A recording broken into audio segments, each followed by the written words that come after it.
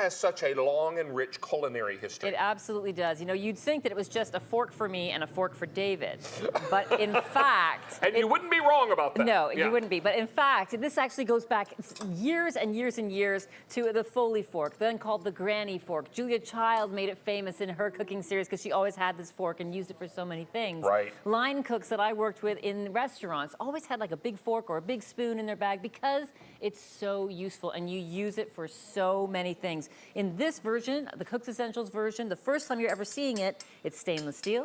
It goes in the dishwasher. You get 2 sizes, so you have different size jobs, you have different size forks, and it's specially designed. There are 6 tines on each fork, and if you look at those tines, they're actually angled. They're not straight on. I just noticed that. And there's a reason for that, because that's what gives you that great mixing ability. So, very basically, if you're gonna beat eggs, this is the best beater of eggs. It beats them up so quickly, and look at that, done, right? So easily and simple to do. Because it's incorporating air. It's incorporating the air, and those tines are at an angle, 6 tines that are large apart, so simple. I use this for this purpose all the time, but I'm also grabbing that fork when I'm cooking, and I want to just flip something over easily. I use the fork for that. Or if I am going to do something that I love to do, that I would do every day if I had my choice, make guacamole. Oh.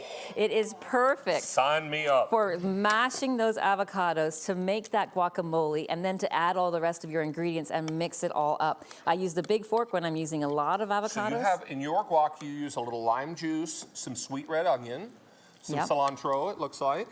Yes? Yes, absolutely. And fresh garlic and tomatoes. And lime juice. Or, little secret, just get some of that fresh salsa and put it in, right? And you'll be good to go. You know what? Supermarket, what'd you call it? Supermarket shortcuts. There Yeah, you buy go. a jarred salsa and stick it in your smashed up avocado. Just be sure and add a little lemon juice or lime juice to that. And also, I love extra garlic in mine. And look at that. So that simple, easy, fast, chunky guacamole, beautiful. You ever put a big dollop of that on a burger fresh off the grill? Guac burgers, so good.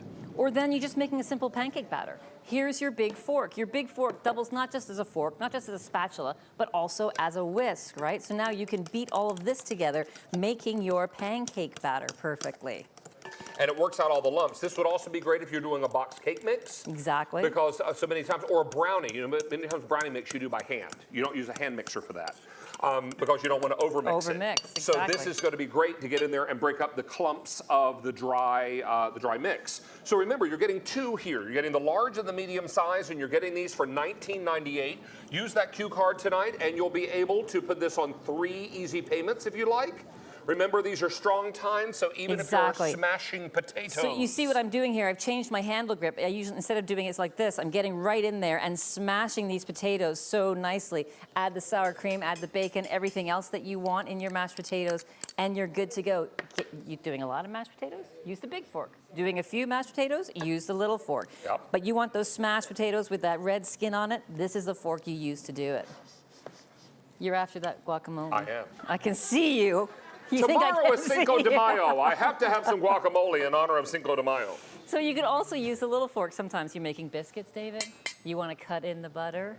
You can go ahead and use the little fork to do something like that. Or I might use your genius tip like you showed us in the biscuit video. I did. And freeze the butter and then grate it on my microplane grater. That's what I would do. But there you go. Meredith says so. There you go. I like that. Maybe we make T-shirts that says because Meredith said so. I would love that. I love it. I love it. And then on the other side, it'll say the basics. All right. So here you go. So cutting that butter in, you see I'm doing that now so easily. Again, not even using my hands and getting my fingers dirty, using that fork.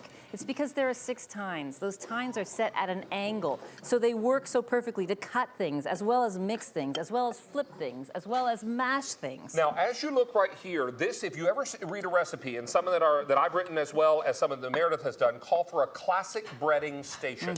And a classic breading station includes 3 components. It includes beaten egg, flour, and breadcrumbs. In this case, Meredith has seasoned her breadcrumbs with fresh herbs. Right. So, you know, when you do things like that with the beaten egg, you tend to, or with the dredging, you get these massive fingers, right? If you use your fingers, before you know it, you've got breadcrumb fingers. Well, it looks like your fingers are ready for the deep fryer, right? So here, we can use your fork and you just don't have a problem because I'm going to take this now here, just take it out of my dredging. I can shake off the excess flour and pop it right into my egg. Shake off the excess flour because there are tines to that fork, right? But here's right a little into the egg. trick. The tool you use for the dry stays in the dry. The tool you use for the wet stays in the wet. Never the two shall meet, and you won't have a big, messy cleanup at the end of the day. There you go, and that's why it's great you get 2 forks. Exactly, and then get your dry fork back into the dry breadcrumbs, and now you're never going to have that clumping and nasty all over the floor. There's your Of perfectly... the flork. That would be the flork. Yeah. There you It's go. crazy the words I make up sometimes.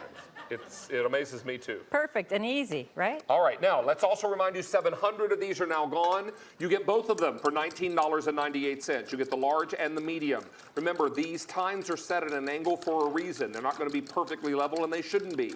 They're all going to be at that slight diagonal, so you really get that great mixing action when you're in there.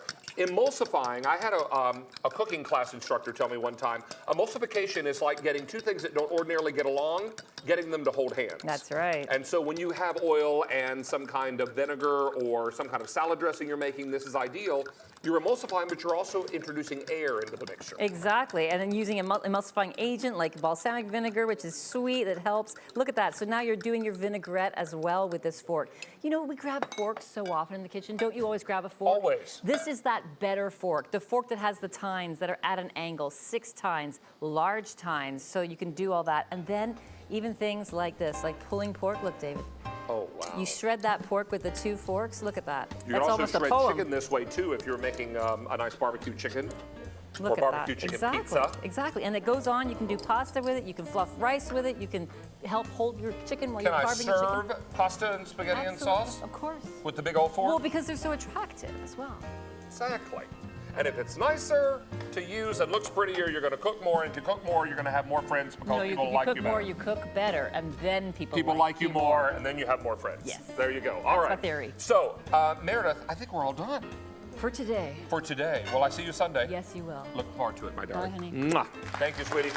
All right, hey, let's talk about a one-day only priced item, 10 minutes away. And Mark Charles, I know it's going to be shocking. Mark Charles is going to get corny up in here.